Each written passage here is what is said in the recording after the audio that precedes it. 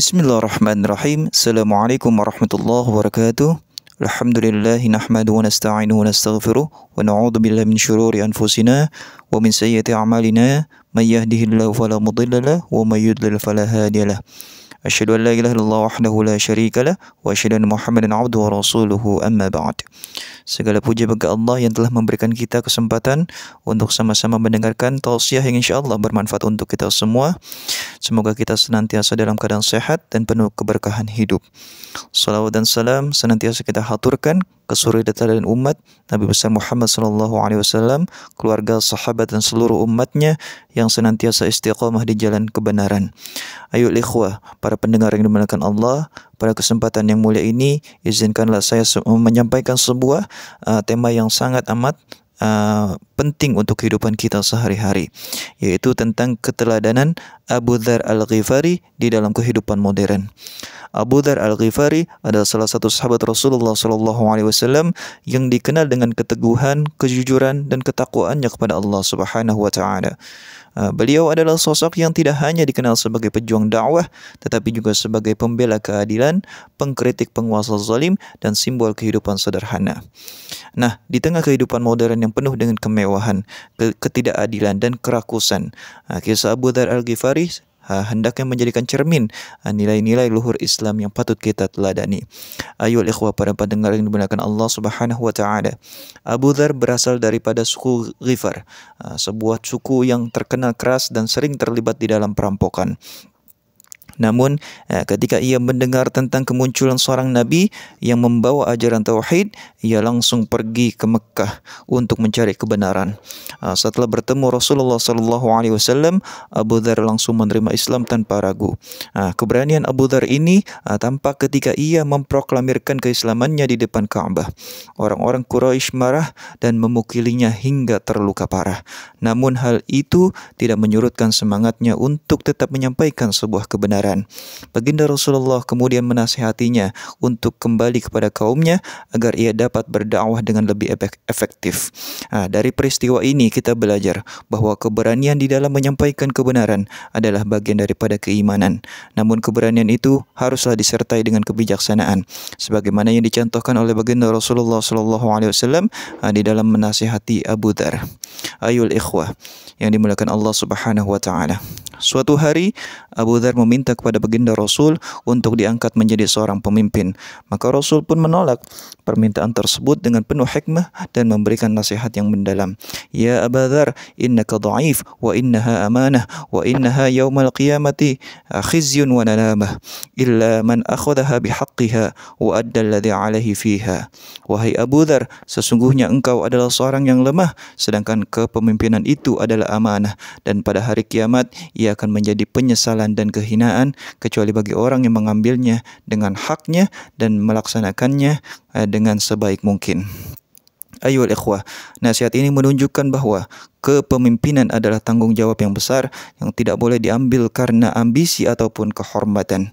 Rasulullah SAW mengingatkan bahwa seorang pemimpin akan dimintai pertanggungjawaban di sisi Allah Subhanahu wa taala atas amanahnya, dan jika ia lalai, ia akan mendapatkan kehinaan di alam akhirat kelak. Ayol ikhwah, Abu Dzar dikenal sebagai sosok yang tidak segan menegur para penguasa yang hidup bermewah-mewahan dan lalai terhadap tanggung jawab mereka. Salah satu peristiwa yang terkenal adalah ketika ia menegur Muawiyah bin Abu Sufyan yang membangun istana megah. Abu Dzar berkata, "Ya Muawiyah, in kana hadzal mal malaka fahuwa israfun wa in kana malul ummah fahuwa khiyanah." Wahai Muawiyah, jika kiranya hartamu ini adalah hartamu sendiri yang digunakan untuk membangun istana ini, maka itu adalah pemborosan. Namun, jika ini berasal dari harta umat, maka engkau sesungguhnya telah berkhianat. Nah, ketegasan ini menunjukkan bahwa seorang muslim tidak boleh diam terhadap kemungkaran, terutama jika itu dilakukan oleh seorang pemimpin. Di dalam konteks modern, kita juga dituntut untuk menjadi masyarakat yang kritis terhadap ketidakadilan dan pelanggaran amanah yang dilakukan oleh para pemimpin. Allah Subhanahu Subhanahu wa taala memperingatkan bahaya menimbun harta di dalam firman-Nya, A'udzubillahi minasyaitonir rajim, walladzina yaknizuna adh-dhahaba wal fiddah wa la yunfiqunaha fi sabilillah fabashshirhum bi'adzabin alim yauma yuhma 'alaiha fi nari jahannam fatuqwa biha jibahuhum wa junubuhum wa zuhuruhum hadza ma kanaztum li anfusikum fadhuqu ma kuntum taknizun. Surat At-Taubah ayat 34 sampai 35.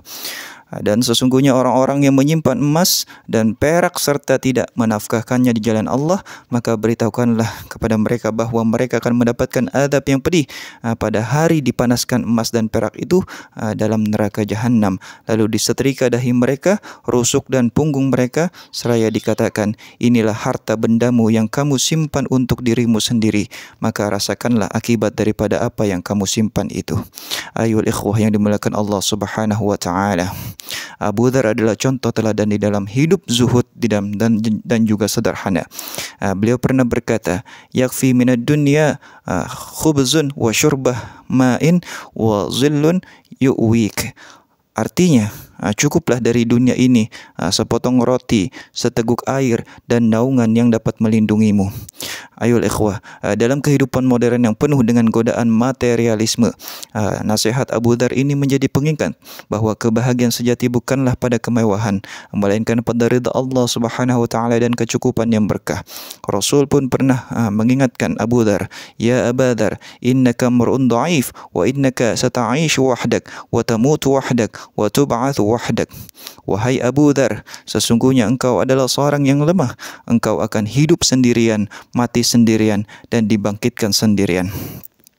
Ramalan ini terbukti ketika Abu Dzar wafat di Rabzah, sebuah tempat terpencil, dalam keadaan miskin dan hanya ditemani oleh seorang istri dan pelayannya.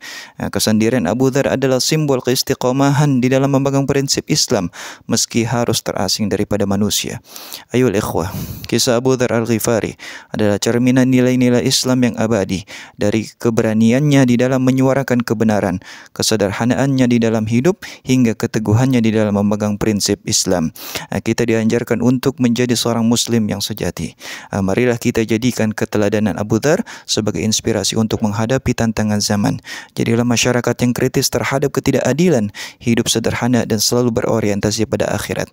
Semoga Allah menjadikan kita semua sebagai hamba-Nya yang istiqamah dan diridhai oleh Allah Subhanahu wa taala. Hadanallahu wa iyyakum ajma'in. Wassalamualaikum warahmatullahi wabarakatuh.